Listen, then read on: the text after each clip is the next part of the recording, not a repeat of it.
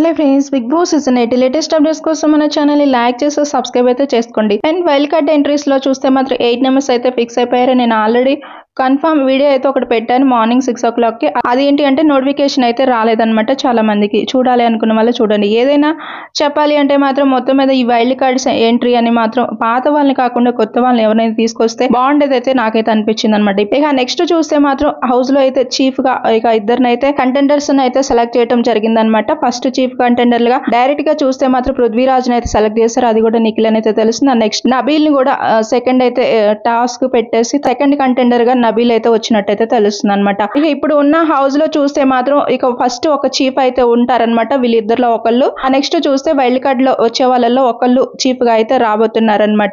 దాని గురించి కూడా అప్డేట్ చేస్తాను. ఓటింగ్ చూద్దాం.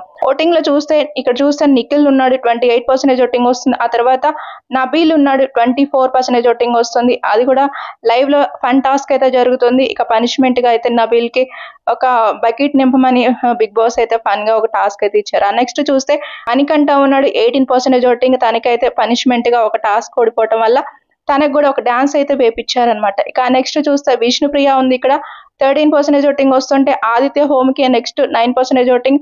ఆ తర్వాత నైనిక ఉంది 6% ఓటింగ్ అయితే వస్తుంది. కొన్ని ప్లేసెస్ లో చూస్తే మాత్రం విష్ణుప్రియ, ఆదిత్య హోమ్ వీళ్ళ ప్లేసెస్ అయితే చేంజెస్ అయితే వస్తున్నాయన్నమాట.